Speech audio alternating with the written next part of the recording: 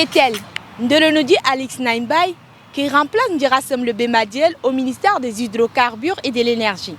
Son décret de nomination a été lu à la télévision nationale 24 heures après l'éviction de Ndirassem Lebemadiel. Chef du parti politique, l'ancienne ministre des Affaires foncières et plusieurs fois secrétaire d'État, Ndolonodi Alix Naimbaye, hérite de ce poste en un moment crucial. Le pays est actuellement confronté à une crise énergétique sans précédent, tandis que le dossier Savannah demeure en suspense. Alix Naimbaye a également été ministre des Postes, des Nouvelles Technologies, de l'Information et de la Communication. Elle a pour principale mission de sortir ce pays de la crise énergétique et de défendre un dossier qui se chiffre en milliards de francs CFA. Il est important de rappeler qu'elle succède à Ndirassem Lebemadiel, limogé par un décret rendu public le 26 octobre. Pour l'instant, les nouvelles de l'éviction du ministre restent inconnues. Bon, on peut évoquer plusieurs raisons et d'après moi, je trouve même que c'est normal. C'est normal qu'il soit sauté parce que si nous prenons la ville comme N'Djamena, qui est encore même, disons, capitale de ces pays, on souffre énormément de manque de lumière. Si nous prenons par exemple le pont double voie, qui est un lieu vraiment très dangereux, mais si je me rappelle bien, c'est juste à la sortie de ce pont dont il y a la lumière. Et dans d'autres quartiers, vous allez remarquer que les gens font même 3 à 4 semaines et ils voient seulement que la lumière une fois. L'œuvre humaine n'est jamais parfaite, mais je crois qu'il y a beaucoup de choses. Par rapport à la pénurie de carburant, je crois que chaque 2-3 mois, on a toujours ce même problème, répétitif. Mais il s'agit de quoi? Est-ce que c'est lui ou c'est ses stables au ministère? En ce qui concerne le limogeage du ministre du Pétrole, en l'occurrence de la personne M. Ndirassem Lebemadiel, ce n'est pas un phénomène nouveau dans notre pays. Il n'est pas du tout d'abord le Premier ministre de l'Énergie qui a été limogé. Et depuis le père jusqu'au fils, si on doit dénombrer le nombre des ministres de l'Énergie et du Pétrole qui sont limogés, on n'a pas encore les calculs en tête, mais il n'est pas la dernière personne à être limogée. L'inquiétude ici, c'est une des personnalités à qui tous les Tchadiens ont confiance en lui par rapport à son acuité intellectuelle et par rapport à sa compétence. Et il est quelqu'un relevant du domaine à qui on ne peut pas vraiment se fier de lui. Ce n'est que normal et cela a été un échec pour nous, surtout nous les étudiants. Il arrive des fois où on assiste au manque de l'énergie par rapport aux résultats qui sortent avec du retard. On dit que quand on a besoin de nos résultats, on dit qu'il y a manque d'énergie. L'énergie ne fonctionne pas bien. Et là, ça retarde les résultats. Situé à environ 53 km d'Aboudeya, le village d'Amdjabir a été secoué dans la nuit du 26 au 27 octobre par des noces qui ont tourné au drame. Pour question de rivalité, les sires Toufano et Ousmane Ahmad n'ont pas pu se ressaisir cette nuit nuptiale de leur rival et lui ont donné plusieurs coups de couteau. Sir Yaya Istaka, militaire permissionnaire, a succombé de ses blessures. Les 2 présumés assassins sont arrêtés et transférés à Boudeya et sont en train de méditer sur leur sort. Dans une note circulaire publiée le jeudi 26 octobre 2023, le gouverneur de la province du Bata, le général de division Ahmad Gokouni Mourali, attire l'attention de tous les agents de l'État affectés régulièrement dans sa circonscription sur l'assiduité et la ponctualité dans leur lieu de travail. Dans cette note, le gouverneur de la dite province souligne que l'absence abusive des agents de l'État de leur lieu de travail entraîne non seulement des désagréments pour la population et autres usagers.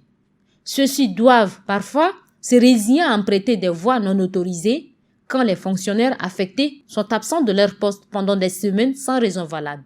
Mais aussi des problèmes administratifs puisque certains usagers font le déplacement au chef-lieu de la province ou à N'Djamena pour des éventuelles solutions à leurs différents problèmes. Il instruit par ailleurs tous les agents affectés, anciens et nouveaux, de regagner leurs postes respectifs sans délai. Le président de la transition du Burkina Faso, le capitaine Ibrahim Traoré, a signé jeudi un décret portant création de 7 brigades d'intervention rapide dans les régions du sud-ouest, du nord, de l'ouest et de l'est du pays afin d'intensifier la lutte contre le terrorisme. Selon l'agence d'information du Burkina, ces brigades d'intervention rapide composées des militaires seront stationnées à Ngoursi, Ngoua, Kongoussi, Banfora, Solenzo, Bongandé et Gaéri. Elles seront aussi chargées d'assurer les escortes de grands convois logistiques au profit des forces armées nationales ou de tout autre organisme, de participer à la lutte contre le grand banditisme aux côtés des forces de sécurité intérieure et de préserver et perpétuer les traditions militaires d'après la même source. Ils sont tous unanimes et d'une seule voix demandent au gouvernement de transition d'annuler le décret d'attribution de l'espace de champ de file à une société parapublique. Où voulez-vous nous amener? Où? Nous sommes des citoyens et nous sommes ici depuis 30 ans. Et c'est grâce à ça que nous survivons. Le gouvernement veut nous chasser pour nous amener où? Avec nos enfants, où est-ce que nous irons? Que le gouvernement regarde en arrière et devant. Il faut équilibrer. Ces gens qui travaillent ici, là, plus de 600 000 jeunes, 6 000 jeunes, et équilibrer les sociétés. Donc, ça va être comment? 6 000 jeunes qui travaillent ici. Cet espace, situé dans le 5e arrondissement, est exploité depuis plus de 30 ans par ces personnes. Tous, ou presque, des diplômés sans emploi ou des débrouillards. Nous sommes tous des mécaniciens. On n'a aucune idée d'aller immigrer vers les autres pays. Nous sommes là, ici, nous sommes en train de travailler. Il y a des chômeurs qui maintenant ils ont déjà appris, comme ici, comme une centre de formation. Et nous voulons que le président de la République, qui nous fait une pitié, de nous laisser travailler ici. Et puis, on n'a aucune idée de faire du mal ou de désordre. Nous sommes citoyens. On a droit de vivre comme les autres. C'est un espace de 25 hectares appartenant autrefois à Sotel et vendu selon les mécaniciens à une société de promotion foncière et immobilière, Soprofim, par décret du 18 septembre 2023. Cette édition du mois du livre et de la lecture est dense et variée. C'est ainsi que plusieurs activités ont été prévues. Il s'agit notamment des dialogues littéraires entre les amoureux des belles lettres à travers des conférences, débats, des lectures publiques dans les établissements scolaires, des ateliers d'écriture animés par d'éminents et chevronnés écrivains, disposition et vente des livres par nos maisons d'édition dans le hall de la Bibliothèque nationale, sans oublier la remise des prix littéraires 2023 qui constitue le summum de cette édition. L'ami Fortin et N'Djaminois, deux générations différentes, avec un point en commun, la ville de l'ami Fortin devenue N'Djamena avec le temps. Les Lami Fortin estiment que leur époque était la meilleure sur tous les points. On était tous ensemble. Vous voyez, les gens restent même dehors pour manger ensemble. Même quelqu'un qui passe, on peut l'inviter à partager le plat. Les rapports étaient excellents, au point que même un enfant, quand il fait des fautes, le voisin peut même le corriger et le papa ne dit rien. Au contraire, il est content de l'intervention de son voisin. On ne se connaît pas, on vient de deux familles différentes. Et puis, tu ne peux pas te lever un bon matin comme ça, aller chez quelqu'un et la personne ne va pas te sentir bien, pas à l'aise. En parfaite relation avec mes voisins. Bon, parfois, on sort, on s'allie, on blague ensemble, on cause. Mais il y a ceux-là qui se méfient un peu aussi. Cohabitation pacifique. Dans la rue de la capitale, des N'Djaminois admettent à demi-mot que vivre ensemble n'est plus de l'air. Mais pourquoi ce changement?